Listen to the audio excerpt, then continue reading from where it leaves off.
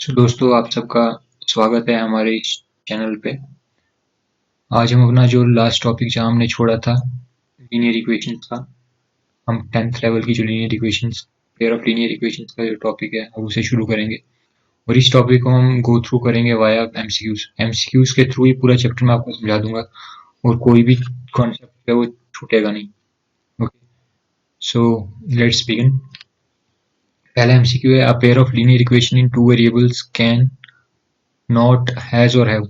Okay, जैसे हमने last time discuss किया था लीनियर इक्वेशंस इन टू वेरिएबल क्या होती हैं, तो हमने कहा था ऐसी इक्वेशन जिसको हम A X plus B Y plus C equals to zero इस टाइप के फॉर्मूले में लिख पाएं, where A B C should be real number. ये तीनों जो है एलिमेंट ऑफ रियल नंबर रहने चाहिए और both variable should not be invisible at the same time. So वो सब कंडीशन यहाँ पे है क्योंकि बस वही इक्वेशन है तो उसका पेयर होना चाहिए। अब यहाँ पे पेयर मीन्स दो इक्वेशन रहनी चाहिए। जैसे एक इक्वेशन मान लो ऐसी है, इसको मैं बोल देता हूँ A1, कोफिशिएंट को इसको बोल देता हूँ B1, इसको बोल देता हूँ C1। ओके, और एक और इक्वेशन में लिखता हूँ यहाँ से अलग से कलर में, वो भी एक linear equation in two variable ही होगी। सपोज करो A2x plus B2y plus C2 equals to 0। पहले आपको बेसिक क्लियर करवा देता हूँ और फिर हम इस एमसीक्यू पे आते हैं। यहाँ हमें जो पूछा गया है वो पाते हैं। ठीक, अब देखो हमने कहा था ये जो इक्वेशन होती है लीनियर इक्वेशन टू वेरिएबल, ये क्या चीज रिप्रेजेंट करती है? Line, straight line. ठीक है, स्ट्रेट लाइन। और ये भी क्या रिप्रेजेंट करेगी? एक स्ट्रेट लाइन। तो मान लेता हूँ इस स्ट्रेट लाइन को मैं नाम देता हूँ L2 और इस स्ट्रेट लाइन को मैं नाम देता हूँ L1। जो पहली इक्वेशन रिप्रेजेंट करी that is straight line L1 and the line represented by the linear equation, say the second one, the second linear equation is L2, मान लो फर्स्ट इक्वेशन है। ओके, अब कार्टेशियन प्लेन में या 2D में भी अगर हम बात करें, बट मान लेते हैं हम कार्टेशियन प्लेन तक ही खुद को कंस्ट्रेंट में रखते हैं, कन्फाइन करके रखते हैं। सो दिस इज रीजन, ये x axis, this one is y axis. मान लेता हूँ दो लाइनें बनेगी प्लेन में तो हो सकता है एक ऐसी बन जाए, ये मान लो L1 लाइन है। ठीक है, ये L1 लाइन ऐसी है। अब L2 लाइन जो है उसके लिए क्या क्या पॉसिबिलिटीज है, वो किस किस तरह से बन सकती है। पहली पॉसिबिलिटी है कि ये L1 लाइन के ऊपर ही, L1 लाइन के बिल्कुल ऊपर ही, जिस रास्ते से ये गई है उसी रास्ते से इसी के ऊपर जाते हुए L2 लाइन भी बन जाए। ओके, L2 लाइन बन जाए, समझे? या फिर एक केस ये हो सकता है, ये मैं मान लेता हूँ, इसको मैं कहता हूँ केस 1। ओके, इस केस को अंग्रेजी में क्या बोलेंगे हम, कि क्या घटना घट के बोले को इंसिडेंट। इंसिडेंट मतलब जिस रास्ते से ये लाइन इंसिडेंट हुई, ये ट्रेवल किया, उसी रास्ते में दूसरी लाइन ट्रेवल कर रही है, तो हम बोलेंगे को इंसिडेंट। को पता आपको, ये वर्ड यूज करते हैं को वाला, जैसे को एजुकेशन एक साथ, तो वैसे एक साथ ही एजुकेशन जान दी जाती है, को एजुकेशन। ओके, तो वैसे एक साथ ही जो रास्ता फॉलो कर ले दो लाइनें, तो को इंसिडेंट, इंसिडेंट। सो ये को इंसिडेंट वर्ड आपको समझ आया होगा। या इसको ओवरलैप भी बोल सकते हो, एक के ऊपर एक ओवरलैप कर दी। फाइन। दूसरी बात क्या हो सकती है, शीट चेंज करता हूँ। दूसरी बात ये हो सकती है, मानो ये L1 लाइन थी, ठीक, और जो L2 लाइन हमारी बने वो ये L2 लाइन में बनाता हूँ, वो इसको कट कर दे। जैसे हमने बोला ये स्ट्रेट लाइंस होती है, तो ये हो सकता है कि इसको एक पॉइंट पे कट कर दे। मैं पहले वाला केस भी यही शो कर देता हूँ, जिसमें L2 है। अब बस मैंने यहाँ पे कार्टेशियन सिस्टम रिप्रेजेंट नहीं करा, अदरवाइज केसेस तो सेम ही है। हमारा जो पर्पस है समझने का वो इससे कंप्लीट हो जाएगा। ये सपोज L1 लाइन है, तो पहले केस में हमने क्या देखा, ओवरलैप करके लाइन है, L2 भी इसके ऊपर ही आ गई। ठीक, तो इसको हमने बोला कोइंसिडेंट। यहाँ बोलेंगे L1 overlapped in L2 follow same path, same path। ये था केस 1 सपोज। फिर केस 2, ये क्या है, जब L1 और L2 दोनों यूनिक पॉइंट पे कट करती हैं, एक पॉइंट पे कट करती हैं, कट एट 1 पॉइंट। ठीक है, कुछ और भी पॉसिबिलिटी है क्या? हाँ, एक और पॉसिबिलिटी है, केस 3, दो लाइनों के ट्रेवल करने के पैटर्न में एक और बात पॉसिबल हो सकती है। सपोज ये लाइन L1 है और L2 जो है इसको कहीं कट ही ना करे, मान लो कलर चेंज करते हैं, L2, सपोज ये L2 है, ये बिल्कुल पैरेलल निकल जाए इसके, L1 is parallel to L2। इसके अलावा कुछ और हो सकता है? कुछ और नहीं हो सकता। या तो ये होगा, एक के ऊपर एक ट्रेवल करेंगी, या तो एक लाइन दूसरी लाइन को कट कर देगी, या फिर एक लाइन दूसरी लाइन के पैरेलल होगी। तो हमारा क्वेश्चन क्या कहता है, देखो, पेयर ऑफ लीनियर इक्वेशंस, ये क्या थी, लीनियर इक्वेशन 1, लीनियर इक्वेशन 2, बन गया पेयर, मतलब पेयर समझते हैं, जोड़ी, जोड़ी, युगल, कॉम्बिनेशन, काफी सारे नाम है, आप मेरे से बेटर जानते हो। तो इनकी अपन ने एक जोड़ी बना दी दो लीनियर इक्वेशन की। एक लीनियर इक्वेशन एक लाइन रिप्रेजेंट करती है, दूसरी लाइन रिप्रेजेंट करेगी। तो बोला कि जो लीनियर इक्वेशन के पेयर होंगे, और लीनियर इक्वेशन कौन सी, दो वेरिएबल वाली, ऑफ कोर्स दो वेरिएबल में हम बात कर रहे हैं, तो उनके कितने सॉल्यूशन नहीं हो सकते, कितने सॉल्यूशन नहीं हो सकते। मैंने आपको लास्ट टाइम बताया, सॉल्यूशन, जीरोस, ये सभी की बातें होती हैं। जैसे अगर सपोज करो, अगर ये इक्वेशन 1 है, इक्वेशन 2 है, तो जैसे ये केस 1 है, तो यहाँ पे सॉल्यूशन क्या चीज होती है, जितने पॉइंट पे ये कट करेंगी उतना ही सॉल्यूशन है। जैसे मैं बोलूँ यहाँ पे L1 और L2 एक दूसरे को एक पॉइंट पे कट कर रही है, तो क्या बोलेंगे यहाँ पे कितने सॉल्यूशन है इस केस में, यूनिक सॉल्यूशन, यूनिक बोलो या फिर वन बोल दो, वन सॉल्यूशन। ठीक है, तो वन सॉल्यूशन हो सकता है दो लाइंस का, हाँ हो सकता है, दो लाइंस का बोलो या दो इक्वेशंस का बोलो, क्योंकि ये लाइन का मतलब इक्वेशन, इक्वेशन थी तो लाइन बनी, फाइन। तो दो लीनियर इक्वेशंस का एक सॉल्यूशन हो सकता है, वो हमने ग्राफिकली यहाँ से जस्टिफाई कर दिया, आपको समझ आ गया। अब इस वाले केस पे लास्ट में आते हैं। यहाँ देखो, यहाँ तो लाइन एक दूसरे को कट ही नहीं कर रही, जब पैरेलल है, L1 इज पैरेलल, ये पैरेलल का symbol, L1 is parallel to L2, then दो लाइन एक दूसरे को एक भी पॉइंट पे कट नहीं कर रही, तो एक भी पॉइंट पे कट नहीं कर रही तो क्या बोलेंगे, कोई सोल्यूशन ही नहीं है, नो सोल्यूशन। जैसे मैं इसकी आपको एग्जांपल बताता हूँ, मान लो जो फार्मर्स का जो प्रोटेस्ट चल रहा है, सो मान लो अपनी ये गवर्नमेंट है, ये अपने पंजाब वाले किसान लोग हो गए, ठीक है, तो कोई सोल्यूशन पहुंचा ही नहीं, वो अपने रास्ते पे है, ये अपने रास्ते पे है, इनकी अपनी स्टेटमेंट, इनकी अपनी स्टेटमेंट, इनका अपना रास्ता, इनका अपना रास्ता, किसी भी बात पे कोई सहमति आपसी बनी नहीं, किसी भी पॉइंट पे इनका मेल हुआ नहीं, तो बोलेंगे नो सोल्यूशन, या कोई सोल्यूशन ही निकला। ओके, अपने को खैर मैथमेटिक्स तक ही सीमित रहना है, तो आपको जस्ट ये बातें याद रहे परमानेंटली, इसलिए मैं बीच बीच में चीजें आउट ऑफ बॉक्स लेके चला जाता हूँ। अब एक केस और, फर्स्ट वाला जो है, इसमें क्या हो रहा है, यहाँ हर पॉइंट पे एक दूसरे को मीट कर रहे हैं, मतलब हर बात में सहमति बन रही है। इसको बोलते हैं ना अपने यहाँ 16 कलश, मतलब कुंडली मिलाते पंडित लोग, एक कुमारी है, ये एक कुमार है, ओके, इसकी कुंडली इससे मिलाने को जब लाई गई, तो 32 गुण की पता नहीं 33 गुण जितने भी रहते हैं, मान लो ये 32 गुण है इनके, ओके। सो ये 32 गुण, ये गन मत समझ लेना, बंदूक की, कुमार जो बंदूक लेके चला है, गन लेके चला है, ये गुण वाला गुण ना, ये मैं इसको हिंदी कर देता हूँ, गुण। तो ये गुण है जनाब हमारे कुमार के, राजकुमार के, और ये हमारी राजकुमारी है, इसके भी कुछ गुण होंगे, इसको भी क्यों कम रखे हम, इसके 32 गुण बोलते हैं। अब मान लो पहला गुण है कि ये शांत रहता है कुमार, कुमारी भी शांत रहती है, मैच कर गया। मान लो कुमारी चीखने वाली होगी तो बोलेंगे नो, गुण नॉट मैच्ड, डेंजर डेंजर, खतरा खतरा, तो अब यहाँ पे कोई डेंजर नहीं है, ये भी शांत है, ये भी शांत है, ठीक, ये भी सच बोलने वाला है, ये भी सच बोलने वाली है, दूसरा गुण मैच कर गया। तीसरा गुण, कि पता नहीं कौन कौन से गुण, मतलब जो जो आप में गुण है टैली कर रहा हूँ, मतलब हर बात पे मैच कर रहे हैं। तो वही कहने का भाव है, जो लाइन 1 है, लाइन 2 है, ये हर पॉइंट पे, हर बात पे एक दूसरे को टच करते हैं, मैच करते हैं, मतलब इधर कोई गिनती नहीं है। तो अपने 32 कंफाइन कर दिया समझने के लिए।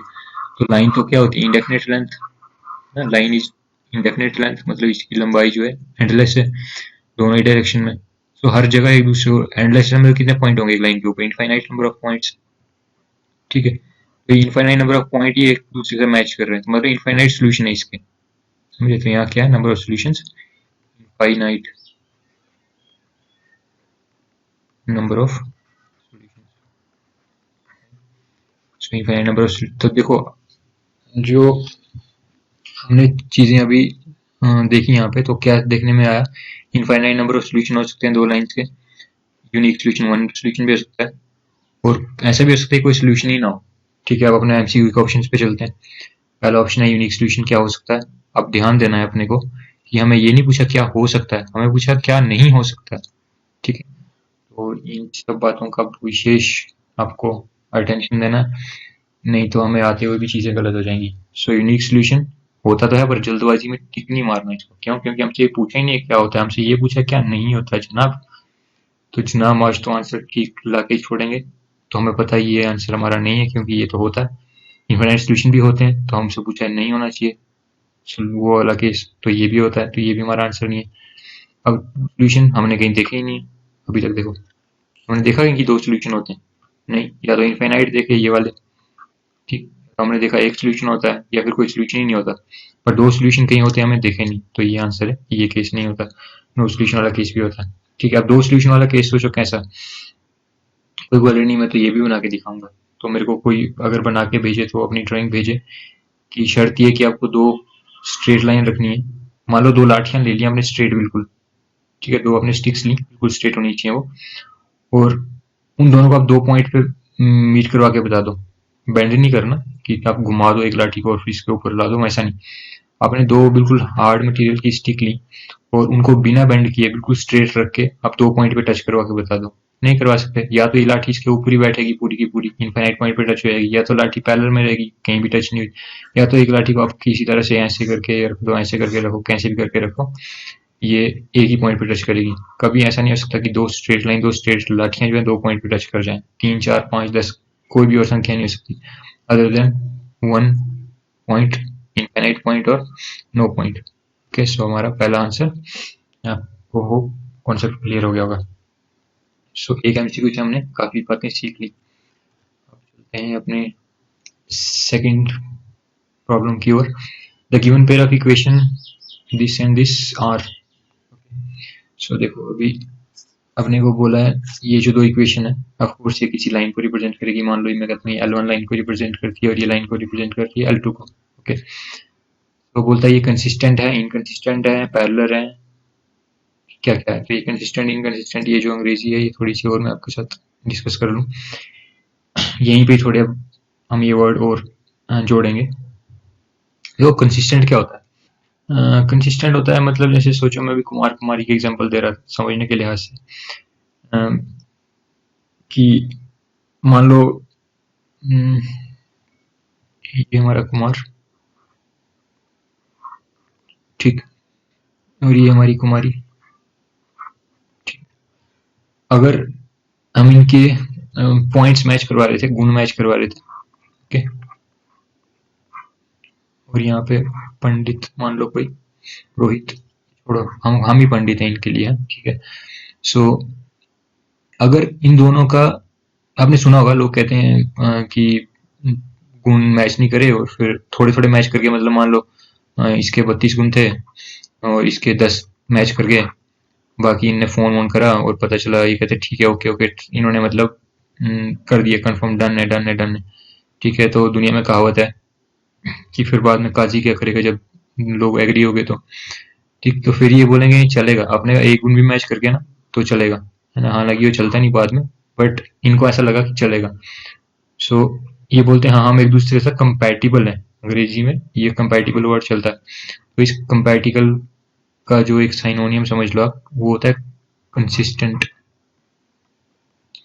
कंसिस्टेंट को आपको क्या रखना है, चलेगा, मतलब ये जोड़ी चलेगी, ठीक है, ऐसा चलेगा, ये ऐसा, ठीक। मैं ऐसा नहीं बोल रहा कि इसका बिल्कुल ट्रांसलेशन ही है हिंदी में, मीनिंग ये है, पर मतलब मैं जो आपको बता रहा हूँ वो आपका आंसर तक पहुंचने में हेल्प करेगा वो फंडा। जो कंसिस्टेंट मतलब कि ये एक दूसरे का मिल करके चल सकते हैं, ठीक है, चाहे एक गुण को मिला करके ही चले कुछ भी, बाकी चीजों में ये मैनेज कर लेंगे, ठीक। सो किस किस केस को हम कंसिस्टेंट बोलेंगे, सोचो हमने 3 केस पढ़े ना, ये कहाँ कहाँ जोड़ी चल सकती है। यहाँ तो हर एक गुण मैच कर गया, समझे, पहला केस क्या था जहाँ हर एक गुण मैच कर गया, ये केस 1 कहीं कंपाउंड इंटरेस्ट समझ लो इसको, ये केस 2, ठीक, और ये केस 3। तो केस 1 में सारे के सारे पॉइंट जो है वो ओवरलैपिंग है, यहाँ इनफाइनाइट नंबर ऑफ सोल्यूशन है, मतलब यहाँ हर गुण इनका मैच कर गया। तो ये तो ऑफ कोर्स इसमें कोई शक ही नहीं है कि ये जोड़ी नहीं चलेगी, ये तो 100% चलेगी, 1000% चलेगी, रना टंडन पंडित मौलवी कुछ भी बोलते रहे, फाइन, बट इनको चलना ही है ये जोड़ी। ओके रिपोर्ट है इसकी। सो इस केस को क्या बोलूंगा मैं, कंसिस्टेंट। ठीक है, अभी हम तीन केस है हमारे पास, इन तीन में से हमें ये बताना कौन कौन सी जोड़ी कंसिस्टेंट है, ये चलेगी। ठीक है, इन्होंने एक गुण तो मिला दिया, मतलब एक पॉइंट पे एक सोल्यूशन तो इन्होंने ढूंढ लिया। ठीक, तो ये जोड़ी भी चलेगी। बताई ना मैंने कि एक भी अगर इनका गुण मैच करता है तो बाकी ये कंसिस्टेंट हो जाएंगे, मतलब इनकी जोड़ी चलेगी। अब यहाँ तो ये एक इधर को मुंह करके बैठा है, एक इधर को मुंह करके बैठा है, ये किसी एक बात पे राजी नहीं होते, ये कोई और बिहेवियर का, ये कोई और बिहेवियर का, तो यहाँ तो कंसिस्टेंट की बात ही नहीं है। तो फिर इस केस को क्या बोलेंगे, इनकंसिस्टेंट। कंसिस्टेंट जहाँ मतलब कोई भी एक पॉइंट ही ऐसा नहीं है जिसपे दो लोग सहमत हो रहे हो, दो इक्वेशन सहमत हो रही, मतलब दो इक्वेशन का कोई सोल्यूशन बन रहा हो। ठीक है, तो वो केस कौन सा होता है, पैरेलल लाइन का। वो आपको बात समझ आई होगी, फाइन। सो ये यहाँ पे एक वर्ड आपके सामने था कंसिस्टेंट, एक वर्ड था इनकंसिस्टेंट, आपको उसका मीनिंग समझ आ गया। जहाँ कोई सोल्यूशन है तो उस केस को बोलेंगे कंसिस्टेंट, चाहे वो सोल्यूशन फिर एक हो चाहे इनफाइनाइट हो, दोनों को बोलेंगे कंसिस्टेंट। और कोई सोल्यूशन नहीं है, मतलब कोई कॉमन पॉइंट नहीं है उनके बीच में, तो बोलेंगे इनकंसिस्टेंट, फाइन। अब जनाब एक कोई और वर्ड है पैरेलल, आपको देख लिया हमने, पैरेलल कब होता है, लास्ट वाला केस वो। कंसिस्टेंट, कोइंसिडेंट, कोइंसिडेंट भी मैंने आपको बता दिया, ये वर्ड कहाँ यूज करते हैं कोइंसिडेंट, जब सर्वगुण संपन्न जोड़ी बन गई अपनी। ठीक है, बिल्कुल सारे पॉइंट पे दो लाइनें ओवरलैप कर गई, एक ही बात को फॉलो करने लगी, तो कोइंसिडेंट। ठीक है, सो कोइंसिडेंट केस, कोइंसिडेंट वर्ड सुन के आपके बुद्धि मानस पटल पर क्या पिक्चर बननी चाहिए, ये। ठीक है, और कंसिस्टेंट वर्ड सुन के आपके मानस पटल पर दो पिक्चर बननी चाहिए कि ये भी कंसिस्टेंट, ये भी कंसिस्टेंट, समझे। और कोइंसिडेंट सुन के सिर्फ एक पिक्चर बननी चाहिए, वो ये वाली। इसको अपन कोइंसिडेंट नहीं बोलेंगे क्योंकि इनके रास्ते अलग अलग हैं, बस एक पॉइंट कॉमन है। ओके, तो कोइंसिडेंट मतलब जब ये आपको सुनाई दे तो आपके बुद्धि रूपी फ्रेम पे ये पिक्चर आनी चाहिए, और अदरवाइज आपको अगर कंसिस्टेंट बोला जाए तो ये पिक्चर भी दोनों आनी चाहिए। इनकंसिस्टेंट बोला जाए तो एक ही पिक्चर आनी चाहिए, केवल पैरेलल लाइन वाली। ओके, देन बाकी चीज अब देखते हैं कि क्वेश्चन को कैसे हल करना है। देखो, अभी मैं आपको एक बात बताऊंगा, वो आपने खाना खाने से 10 मिनट पहले और खाना खाने के आधे घंटे बाद रिवाइज करनी है। ठीक है, 3 टाइम, सुबह शाम दिन को, खाना खाने के पहले, खाना खाने के बाद। जैसे दवाई खाते हैं वैसे बात किया है, a1x plus b1y plus c1 equals to 0। दोनों इक्वेशन जो है उनकी राइट हैंड साइड को आप 0 बना दो और इस फॉर्मेट में ले आओ, स्टैंडर्ड फॉर्मेट में। दूसरी इक्वेशन को भी ऐसे ही कि उसकी राइट साइड को 0 बना दो और a2x बीच में प्लस के साइन लेके चले आओ, plus b2y plus c2 equals to 0। मैंने लास्ट क्लास में डिस्कस किया कैसे हम स्टैंडर्ड फॉर्म में लेके आते हैं इक्वेशंस को। तो आपने क्या करना है, दोनों इक्वेशन जो है, जैसे मान लो इक्वेशन नंबर 1, इक्वेशन नंबर 2, क्योंकि एग्जाम में आपको ये डायग्राम बनाने की फुर्सत ही नहीं मिलेगी। ये डायग्राम बनाने के लिए आपको टेबल्स बनाने पड़ेंगे और वो लेंथी प्रोसेस होता है, इतने टाइम में तो हम काफी सारे क्वेश्चन सॉल्व कर रहे हैं। सो अपने को ग्राफिकली नहीं चलना एग्जाम में, अपने को चलना है ये जो मैं आपको डोज दे रहा हूँ इस दवाई के दम पे। ठीक है, सो ये दवाई क्या कहती है, ये आपको 3 बातें याद रखनी है। गांधी जी के 3 मंदिर, तो यहाँ पे अपने को 3 सिद्धांत याद रखने। मैं इस पिक्चर के साथ ही वो सिद्धांत भी लिख देता हूँ, बीच में मैं लाइन डाल देता हूँ। ठीक, यहाँ पे अब देखो, हमने बोला क्या, a1 x plus b1y plus c1 equals to 0 पहली इक्वेशन है, जो मान लो मैं कहता हूँ L1 को रिप्रेजेंट करती है, दूसरी इक्वेशन L2 को रिप्रेजेंट करती है। तो आपको चेक करना है एग्जाम में, पहले ये फॉर्मेट, स्टैंडर्ड फॉर्मेट बनाना है आपको, फिर एग्जाम में चेक करना है कि a1 अपॉन a2। ठीक है, एक रेशियो आएगा, कुछ नंबर आएगा कट के, फिर आपको देखना है b1 अपॉन b2। समझे बात आपको, a1 अपॉन a2 कुछ एक नंबर आया, आपको उसकी वैल्यू देखनी है। ठीक, यहाँ कुछ रेशियो आया कोई एक नंबर, ठीक है, और यहाँ भी कुछ रेशियो आएगा कोई एक नंबर। ठीक, फिर आपने रेशियो निकाला c1 अपॉन c2 का, वो भी एक नंबर आएगा। ओके, अब आपको क्या चेक करना कि अगर तीन बातें हो सकती है अब यहाँ पे। जैसे तीन बातें क्यों हो सकती हैं, क्योंकि तीन केस मैंने बताया ना आपको, या तो ऐसा बनेगा या ऐसा बनेगा या ऐसा बनेगा। अब ये तो ड्राइंग के हिसाब से तीन बातें हैं। अब ड्राइंग जो है वो मैथ्स के रूल्स के आधार पे चलती है। वो रूल्स क्या है मैं आपको बताता हूँ। यहाँ पे लिखता हूँ केस वन। केस वन क्या है, अगर जो आपने a one upon A two निकाला है, a one upon A two, उसकी वैल्यू जो है b one upon B two के बराबर नहीं आती, ठीक है, तो आपने वहीं स्टॉप कर लेना है। क्या बताया था मैंने, पहले a one upon A two निकालना है, उसके बाद आपको b one upon B two निकालना है। ये दो स्टेप तो करने ही हर क्वेश्चन में, a one upon A two, फिर आपको b one upon B two वो भी कैलकुलेट करना है। ठीक है, ये जो लास्ट वाला स्टेप है ये आपने लास्ट में चेक करना है। मैं ऐसे नहीं कि आप पहले सी वन अपॉन सी टू निकाल के और फिर बाद में कर रहे हो। शुरू कहाँ से करना है, a one upon A two से शुरू करना है। A one upon A two का रेशियो निकालना है, a one upon A two का रेशियो निकाला, फिर क्या निकालना है, b one upon B two का रेशियो। अगर दोनों बराबर नहीं आते, मान लो ये आपने डिवाइड किया तो ये आ गया दो, ठीक है, मान लो ये वो आ गया दो और ये आपने डिवाइड किया आ गया तीन, और दो तीन बराबर तो नहीं होते, तो आप क्या बोलोगे, A one upon A two is not equal to B one upon B two, या फिर मान लो ये आ गया 2/5, ये आ गया 3/7, ठीक है, काटने के बाद तो हम बोलेंगे ये बराबर नहीं है। ठीक, आप सोचो दूसरी बात क्या हो सकती है। मैं पहले सब कंडीशन लिख देता हूँ। या तो ऐसा होगा कि ए वन अपॉन ए टू जो है वो b one upon B two के बराबर ना आए, जैसे कि ये केस हो गया। ठीक, अब ये कोई इक्वेशन होगी जिसमें ऐसा आया होगा, मैंने जस्ट आपको एग्जांपल के तौर पे दे दिया। वो इक्वेशन क्या, वो मैंने आपको नहीं बताई अभी। फिर दूसरा केस बन सकता है कि ये रेशियो बराबर आ जाए, A one upon A two B one upon B two के बराबर आ जाए। ठीक है, जैसे मानो यहाँ पे आ गया 1/2 और यहाँ आ गया b one upon B two की वैल्यू जो है 2/4।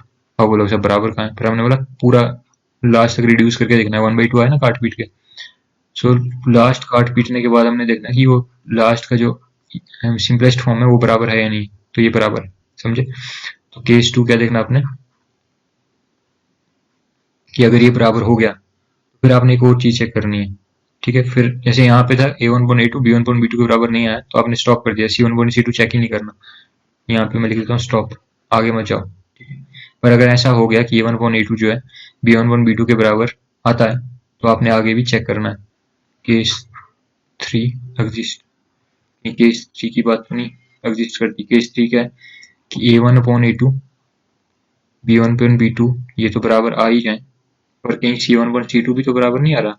तो केस टू क्या था वो यहाँ मैं कंप्लीट कर देता हूँ कि आपने ये चेक किया क्योंकि केस थ्री एग्जिस्ट तो नहीं कर रहा। केस थ्री के एग्जिस्ट करने का मतलब है कि ये तीनों बराबर हो जाएं। और केस टू क्या होगा कि ये दो तो बराबर हैं पर जो आपने सी वन पॉइंट सी टू चेक किया वो बराबर ना आए। ठीक है, तो यहाँ पे अब मैं इस लाइन को हटा के लिखता हूँ, not equals to C one upon C two. ठीक है, ये C one upon C two जो है वो बराबर ना हो, A one upon A two B one upon B two दोनों बराबर, पर C one upon C two जो है वो बराबर नहीं। ठीक है, और केस थ्री क्या, A one upon A two equals to B one upon B two और सी वन अपॉन सी टू वो भी बराबर हो जाए, तीनों बराबर। ठीक है, तो ये जो पहला केस है ये किसका है, इंटरसेक्टिंग लाइंस का। जब लाइनें एक दूसरे को कट करेंगी मतलब L1 L2 एक पॉइंट पे कट करती है, वन सोल्यूशन। ठीक है, और केस टू क्या है कि जब दो बराबर तीसरा बराबर नहीं, तो ये क्या है, पैरेलल लाइंस। मतलब कितने सोल्यूशन, नो सोल्यूशन। ठीक है, और जब तीनों बराबर हो गए तो कौन सा केस, कोइंसिडेंट लाइंस, मतलब इनफाइनाइट नंबर ऑफ सॉल्यूशंस। तो आपको क्या याद रखना है, यहाँ मैं लिख सकता हूँ total final result A one upon A two अगर not equals to B one upon B two तो यूनिक सोल्यूशन होगा दोनों पेयर ऑफ लीनियर इक्वेशंस का, मतलब एक ही सोल्यूशन होगा सिंगल। ठीक है, अगर A one upon A two B one upon B two के बराबर आया, ठीक है, तो आपको सी वन पॉइंट सी टू भी चेक करना है। अगर सी वन पॉइंट सी टू बराबर नहीं आता तो पैरेलल लाइंस होंगी, मतलब नो सोल्यूशन। फाइन, और थर्ड बात, आपने अगर मान लो सी वन पॉइंट सी टू चेक किया और वो भी बराबर आ गया, A one point A two का जो रेशियो आया b one point B two का जो रेशियो है वो बराबर, और सी वन पॉइंट सी टू का रेशियो वो भी बराबर, सो ये केस होगा कोइंसिडेंट लाइंस का। और इस केस में बोलेंगे infinite number of solutions are possible, कितने सॉल्यूशन पॉसिबल होंगे। ठीक, तो अपने को देखो इक्वेशन दे रखी है, अब इसको सॉल्व करते हैं, क्या आंसर होगा। सो इक्वेशन को मैं प्लेन शीट पे लेके आता हूँ, x प्लस 0.5y और प्लस 7 इक्वल्स टू 0। तो इक्वेशन दी है x plus 0.5y equals to 7, 0.5y plus 7 equals to 0, यही थी second equation. 2x plus y equals to -14। देखो सेकेंड इक्वेशन क्या है, 2x plus y equals to 2x plus y equals to -14। मैंने क्या बताया आपको कि किस स्टैंडर्ड फॉर्म में लेके आनी है, दोनों इक्वेशन a1x प्लस का साइन होना चाहिए बीच में, फिर b1y, फिर भी प्लस का साइन और फिर c1 इक्वल्स टू 0, इस टाइप का पहली इक्वेशन को लाना है। दूसरी a2x plus b2y plus c2 equals to, ठीक है, एक साइड आपको 0 बनानी है उसकी राइट हैंड साइड। तो इस इक्वेशन में तो देखो ये मैच कर ही रही है स्टैंडर्ड फॉर्मेट के साथ। यहाँ बीच में डबल मतलब यहाँ भी प्लस है, यहाँ भी प्लस है, एक साइड 0 चाहिए वो है, तो इसमें तो कोई चेंज करने की जरूरत नहीं है कि इक्वेशन नंबर 1 में जो सेकंड इक्वेशन है उसकी राइट साइड अभी 0 नहीं है, तो मतलब ये जो नंबर है आप इसको शिफ्ट कर दो राइट साइड में, सॉरी लेफ्ट साइड में। सो क्या बनेगी इक्वेशन, 2x प्लस वाई, यहाँ पे b2 होना चाहिए, मतलब यहाँ पे क्या आएगा 1 है, ठीक है, तो 1y और ये -14 इस तरफ आ गया तो प्लस का 14 इक्वल्स टू, ठीक से इक्वेशन बनी 2x plus 1y plus 14 equals to 0, जहाँ कुछ नहीं तो यहाँ पे अब साथ में कोएफिशिएंट क्या होगा 1, कॉमन सेंस, ठीक है। तो इसने पूछा है क्या क्या कोइंसिडेंट, मतलब क्या क्या केस, इन चार में से क्या बात सही है, उसके लिए आपको वो रेशियो चेक करना है 1:2। यहाँ पे देखो a1 की वैल्यू क्या है, ये a1 है 1, ठीक है, फिर b1 क्या है 0.5 और c1 क्या है 7, a2 क्या है नंबर 2, b2 नंबर 1 और b3 जो है नंबर 14, सॉरी c2 जो है नंबर 14। तो आपको रेशियो चेक करना है, a1/a2 निकालना है, कितना आया 1/2, ठीक, b1/b2 देखना है, कितना आया 0.5/1, 0.5/1 मतलब आधा और नीचे एक, तो कट के कितना आ गया 1/2। फिर आपको क्योंकि a1/a2 बराबर आ गया तो इसलिए आपको c1/c2 भी चेक करना है। अगर ये बराबर नहीं आया होता फिर c1/c2 नहीं चेक करते, तो c1/c2 चेक किया, कितना आया 7/14, मतलब कितना आ गया 1/2 अगेन, तीनों बराबर आ गया, मतलब a1/a2 इस गिवन क्वेश्चन में b1/b2 इक्वल टू c1/c2 के बराबर आ गया। तो ये कौन सा केस हो गया, कोइंसिडेंट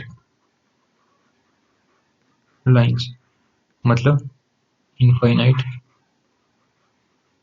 नंबर ऑफ सॉल्यूशंस, इस केस में इनफाइनाइट नंबर ऑफ सॉल्यूशन होंगे और कोइंसिडेंट होगी, ठीक है।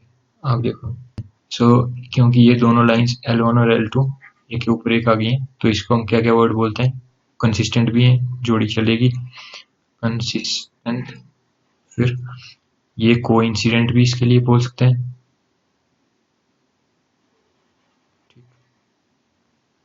सॉल्यूशन के हिसाब से हम बोल सकते हैं इनफाइनाइट सॉल्यूशन। आप क्या क्या वर्ड उसमें यूज करें, देखो हमें चाहिए, देखो कौन से वर्ड चाहिए, कंसिस्टेंट और कोइंसिडेंट दोनों कहीं दिए हैं, ये लास्ट के ऑप्शन में consistent and coincident both are correct, तो answer D will be the correct option. तो मेरे को ये एक्सप्लेन करने में समय लग गया आपको, अदरवाइज ये आपकी जब प्रैक्टिस हो जाएगी तो ये पलक झपकते ही आंखों के हिसाब से मन में मैनिपुलेशन करके आंसर दे सकते हो। कैसे देखो, आपको इस पेपर में इतना सोचना है, अगर आपकी प्रैक्टिस है देखो कैसे सोचेंगे, मैं आपको इसको विद इन 5 सेकेंड्स करके बताता हूँ।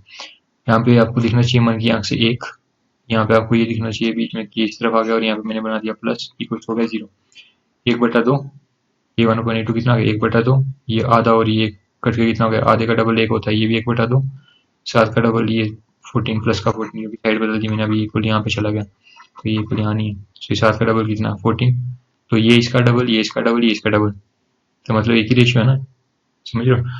तो इसलिए हम बोलेंगे ये कोइंसिडेंट लाइंस है, कंसिस्टेंट लाइंस है, ओवरलैपिंग लाइंस है। कितना टाइम लगा आपको करने में, ये मेरे को बताने में समय लगा क्योंकि मेरे को आपको कॉन्सेप्ट्स भी बताने हैं, अदरवाइज ये हार्डली 5 सेकंड की game. Then third problem, pair of linear equation drawn using this and this are. तो अब मैंने आपको सारी कंडीशन बता दी, आप कोर्स इसको इजीली सॉल्व कर पाओगे। तो मैं आपको देखो करके बताता हूँ क्या चेक करना है। यहाँ पे इक्वेशन लिखी है x, तो आपने इसे क्वेश्चन पे ध्यान देना। इसका क्वेश्चन क्या है 1, इसका क्वेश्चन क्या है 1।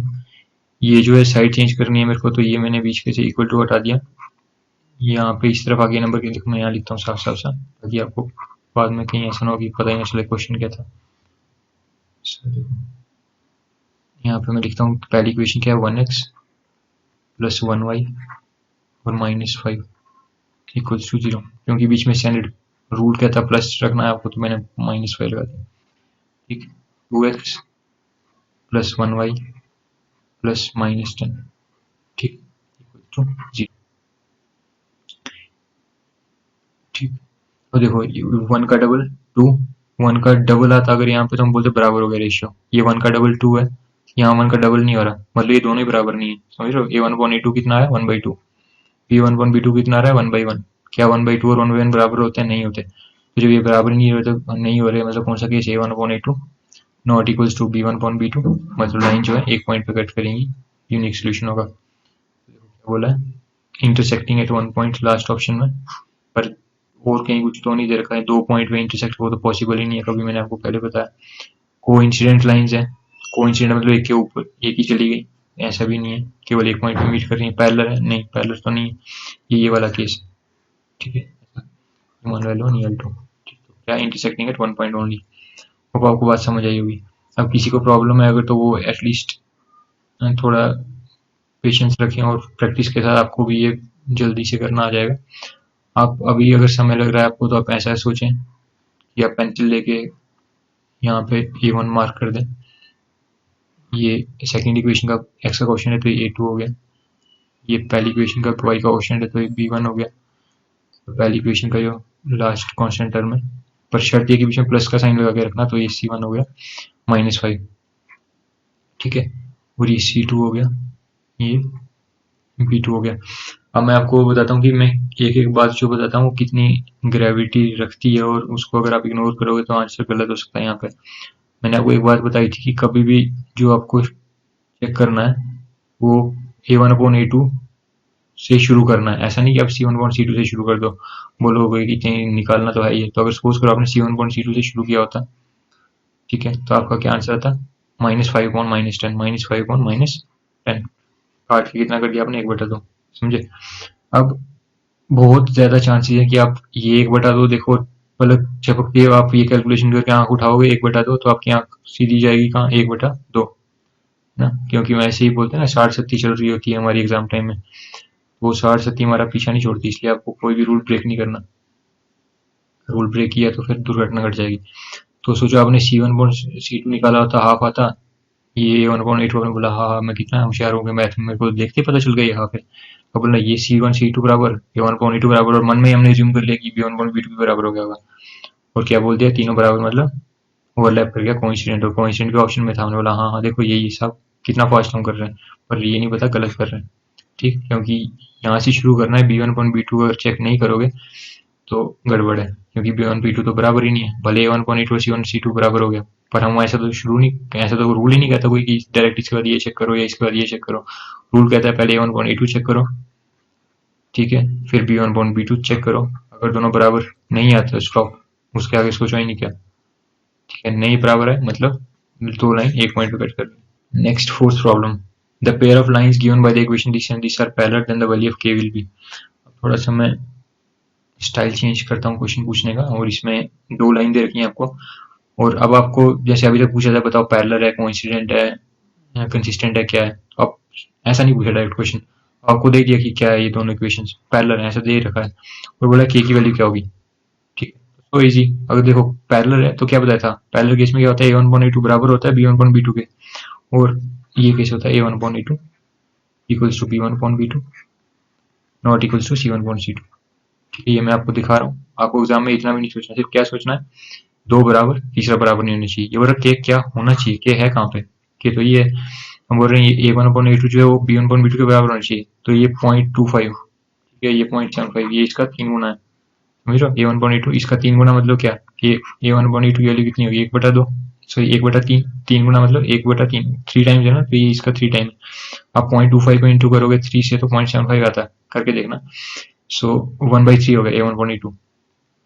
अगर ये 1/2 है तो B1/B2 भी सेम रेशियो में होना चाहिए, मतलब जो B1 की वैल्यू है उससे 3 गुना वैल्यू जो है वो किसकी होनी चाहिए, B2 की। तो B2 की जगह क्या दे रखा है हमें, y का ऑप्शन k, ठीक है। तो 0.75 का 3 टाइम करोगे तो आप मन से कर सकते हो 2.25 आता है, ठीक है। कैलकुलेशन किसी की अगर थोड़ी स्लो है तो करके देख ले, ठीक है, वो ऐसा करके देख ले, फिर बिल्कुल कन्वेंशनली 0.25 0.75 ये 1/A2 लिख दे, ठीक है। और ये इसको छोड़ो, A1/A2 लिख दिया, फिर लिखो रूट कहता है B1/B2 बराबर चाहिए B1/B2 की 0.75 अपॉन के, ठीक है। अब ये सोचो कि 2 डेसिमल के बाद पॉइंट लग रहा है तो ये गायब हो गया, क्योंकि यहाँ भी 2 के बाद लग रहा है तो ये गायब हो गया, ठीक। अब क्रॉस मल्टीप्लाई कर लो इधर से इधर, के को इधर ले आओ, के ऊपर चला गया 0.75 अपॉन में 25 पहुंच गया, ये 75 ऊपर चला गया ऐसा, ये 25 से 75 कट गया 3 पे, 3 इंटू 0.75 कर तो ये भी वही आएगा 2.25। अब आपको समझ आ गया होगा। सो इस फॉर्मूले में क्वेश्चन पूछा जा सकता है। अब एक और क्वेश्चन, प्रॉब्लम नंबर 5। 2 लाइंस है और इनका पॉइंट ऑफ इंटरसेक्शन आपको बताना है, ठीक है। Point of intersection of the lines given by the pair of equation is, point of intersection मतलब आपको सोल्यूशन ही पूछ लिया कि क्या सोल्यूशन है, तो आपको मैं बता दूं 2 लाइनें जब दी गई होती हैं तो इसमें पॉइंट ऑफ इंटरसेक्शन पूछने का मतलब है कि आपको कोई जिस पॉइंट पे इंटरसेक्ट कर रही है, जैसे मान लो कि मैं बोलता हूँ कि L1 है, L2 है ये लाइन, ठीक है। कोई एक पॉइंट होगा, ये एक्स वाई भी कहीं कोऑर्डिनेट सिस्टम होगा, ये एक्स होगा ये वाई होगा, तो इस पॉइंट पे एक्स की क्या वैल्यू होगी और वाई की क्या वैल्यू होगी, ये आप कैलकुलेट करो, ये कैलकुलेट करो, और जो ये सेट होगा इसको हम बोलते हैं सोल्यूशन, ठीक है। सोल्यूशन मतलब एक्स की वैल्यू बतानी है और वाई की वैल्यू बतानी है, तो उसको कंबाइंड सेट को हम सोल्यूशन बोलेंगे। ये पूरा एक सोल्यूशन, एक्स की वैल्यू और वाई की वैल्यू, ये जो जोड़ी बनी इसको एक सोल्यूशन बोलेंगे, क्योंकि हमने 2 इक्वेशन लिए, 2 अननोन है, तो दोनों अननोन अगर आपने ढूंढे हैं, जिस समय एक्स आपने कुछ ढूंढा उस समय वाई की वैल्यू क्या है, तो उसको बोलेंगे सोल्यूशन, एक सोल्यूशन, ओके। तो वो ढूंढने के हम देखें अगर तो काफी सारे तरीके होते हैं, उनमें से एक होता है एलिमिनेशन मेथड, आगे मेथड लगा लो, MTHD लिख देता हूँ मैं, आते हैं मेरे को स्पेलिंग वैसे, और मेथड ऐसे शॉर्ट में, ठीक है। तो सब्स्टिट्यूशन मेथड, ठीक, और फिर क्रॉस मल्टीप्लिकेशन मेथड होता है, एलिमिनेशन सब्स्टिट्यूशन क्रॉस मल्टीप्लिकेशन, और भी जितने रिपीट आप कर सकते हो, पर अपन के काम का इनमें से ये एक ही है, इसके ऊपर ही अपने को ज्यादा फोकस रखा है एलिमिनेशन मेथड, ठीक है। एक्चुअली में डिपेंड करता है कि प्रॉब्लम का नेचर कैसा है, जरूरी नहीं कि हर क्वेश्चन आप इससे ही निकाल पाओगे, निकलेगा तो ऑफकोर्स इससे, बट वो टाइम कंज्यूमिंग भी हो सकता है सम टाइम्स, बट आपको तीनों मेथड में बताऊं तो काफी सारे लेक्चर और देने पड़ेंगे प्रैक्टिस करवाते समय। सो हम जो अपना आइडिया ये कैसे कहता है कि कंपटीशन में हमेशा ऐसे क्वेश्चन रहते हैं जिनको आप एलिमिनेशन से काफी जल्दी कर सकते हो, ठीक है। एलिमिनेशन में क्या किया जाता है मैं आपको बता देता हूँ इसी क्वेश्चन में अप्लाई करके इस मेथड को। क्रॉस मल्टीप्लिकेशन और सब्स्टिट्यूशन मेथड टाइम कंज्यूमिंग भी है और ये काफी प्रैक्टिस भी मांगते हैं। सो अपने को जस्ट एलिमिनेशन मेथड यहाँ अप्लाई करना है। एलिमिनेशन में आपको क्या करना है, एक इक्वेशन का कोई ना कोई एक टर्म जो मैच करवा देना है, चाहे वो एक्स वाला टर्म हो चाहे वाई वाला हो। जैसे यहाँ पे देखो ऑलरेडी टर्म मैच किए हुए हैं, जैसे एक इक्वेशन दे रखी है ax प्लस by और इक्वल्स टू c है यहाँ पे, तो मैं इधर बिना चेंज किए कुछ इसमें सिंपली ऐसे करता हूँ ax प्लस 4y, वही यहाँ माइनस c है तो इसको मैं उस पहले वाली की ऐसे बनाता हूँ इक्वल्स टू c, ठीक है सर। अब इसमें ये नहीं कहता कि आप कोई साइड जीरो नहीं बना सकते, वैसे भी कर सकते हो, कैलकुलेट करते टाइम सॉल्व करते टाइम ज्यादा अपने को फॉर्मेट पे ध्यान नहीं देना होता। बस एक फंडामेंटल बात जो आपको याद रखनी है वो क्या, कि इनमें से कोई एक टर्म, चाहे एक्स वाली टर्म समझ रहे, पूरी इसको बोलूंगा मैं एक्स वाली टर्म, ये भी एक्स वाली टर्म है, तो दोनों एक जैसी बननी चाहिए, यहाँ ऑलरेडी बनी पड़ी है, ठीक है। अगर नहीं बनी होती तो जैसे मान लो यहाँ पे वगैरह होता 7 है, ठीक है, तो हम या तो इस 4y का जैसे इसको 4y बना देते हैं, कैसे बनता वो मैं आपको बताऊं कि दोनों साइड को हम इसको 4 से इंटू कर देते हैं, बट अभी जो प्रॉब्लम हमारे पास है वो दिया हुआ ax, यहाँ ऊपर भी ax है, तो मैं एक इक्वेशन में से दूसरी माइनस कर दूंगा, समझे। इक्वेशन मैंने ये माइनस कर दी, ये माइनस का साइन आ गया, प्लस की जगह माइनस, प्लस की जगह माइनस, ये कट गया कितना आ गया 0, ये कट गया कितना आ गया 0, यहाँ क्या बच गया b माइनस 4b भी है, सॉरी b भी था यहाँ, तो b मतलब 1b, तो 1b में से 4b माइनस किया तो नीचे आएगा -3b into y equals to 0, वाई की वैल्यू आ गई 0, 0 divided by anything equals to 0, ठीक है। सो y की वैल्यू 0 आ गई। देखो ऑप्शन एलिमिनेट कर सकते हैं हम, 2 तो एलिमिनेट हो गए क्योंकि y की वैल्यू जो होती है वो सेकंड स्पेस पे होती है, सेकंड वाली जगह पे होती है कॉमे के बाद। तो नहीं सॉरी, यहाँ तो कॉमे के बाद 0 है, तो 3 जगह पे कॉमे के बाद 0। देखो इन तीनों में से कोई भी आंसर हो सकता है। जब आपने y इक्वल टू 0 निकाल दिया, आप किसी भी एक इक्वेशन में आप इस y की वैल्यू को पुट कर दो। जैसे अगर मैं फर्स्ट वाली इक्वेशन में y इक्वल टू 0 रखता हूँ तो मेरे को इस इक्वेशन से y की वैल्यू तो मिली हुई है, x की वैल्यू भी मिल जाएगी। अब चाहे तो सेकंड में पुट करो तो भी सेम वैल्यू मिलेगी x की। तो अगर मैंने पहली इक्वेशन जो थी ax प्लस बी वाई, यहाँ y था, तो y की जगह मेरे को क्या रखना है, जो वैल्यू मैंने निकाली y के लिए 0 इक्वल्स टू, ठीक। तो ये टर्म पूरा बन गया 0, b इंटू 0 0। तो अब देखो x कितना आएगा, यहाँ 0 प्लस करोगे तो भी ये ax ही रहेगा। सो ax इक्वल्स टू c, तो x इक्वल्स टू क्या, c अपॉन a, ठीक है। और जब हम लिखते हैं कोई कोऑर्डिनेट सेट तो क्या लिखते हैं, पहले x की वैल्यू फिर y की वैल्यू, बीच में कॉमा। तो हमने y क्या निकाला 0 और x क्या होना चाहिए c by A. So c by A comma 0, देखो किस ऑप्शन में c by A comma 0, first option A is correct. Okay, so अब आप ऐसे प्रॉब्लम्स की प्रैक्टिस करो। होप आपको आज का लेक्चर काफ़ी फ्रूटफुल लगा होगा। अगर आपको हमारा काम पसंद आ रहा है, आपको हमारी मेहनत लगता है कि वर्थ है आपके सब्सक्राइब के, सो आप हमारे चैनल को सब्सक्राइब करें, बेल आइकन भी हिट करें ताकि आपको टाइमली नोटिफिकेशन मिलती रहे। So thank you and have a great day.